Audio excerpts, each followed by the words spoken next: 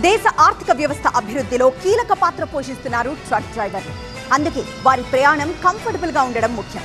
Truck డ్రైవర్ల అలసట మరియు ఒత్తిడిని తొలగించడంలో సాంకేతికత ఎలాంటి ముఖ్యమైన పాత్ర పోషిస్తుందో చూద్దాం.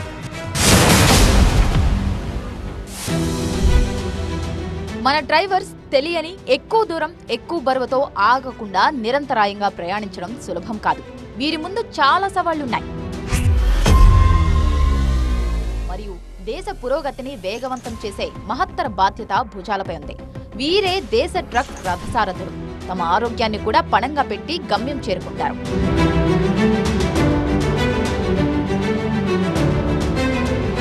ట్రక్ డ్రైవర్స్ బాధ్యతలతో కూడిన ఈ ప్రయాణమే అయినా తరచుగా వారిలో అలసట వస్తుంటుంది. సేవ్ లైఫ్ ఫౌండేషన్ నివేదిక ప్రకారం ఒక డ్రైవర్ ప్రతిరోజు సుమారు 12 గంటల పాటు డ్రైవ్ చేస్తారు మరియు 400 కిలోమీటర్ల కంటే ఎక్కువ దూరం ప్రయాణిస్తారు. ఇది ట్రక్ డ్రైవర్ల మానసిక మరియు శారీరక ఆరోగ్యంపై ప్రత్యక్ష ప్రభావం చూపుతుంది. ఈ అలసట మరియు ఒత్తిడి తరచుగా రోడ్డుపై ప్రమాదాలు జరిగే అవకాశాలను పెంచుతుంది.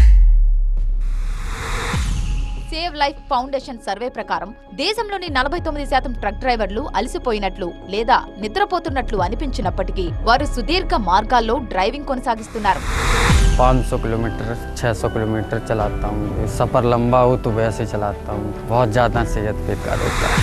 ట్రక్ డ్రైవర్ల అలసట అలాగే ఒత్తిడిని తగ్గించడానికి దేశంలో మౌలిక సదుపాయాలను మెరుగుపరచడంతో పాటు వాహన తయారీ కంపెనీలు, పాలసీ మేకర్లు, ట్రాన్స్పోరేటర్లు, ఇండస్ట్రీ వ్యక్తులు కలిసి పనిచేయాల్సిన అవసరం ఉంది.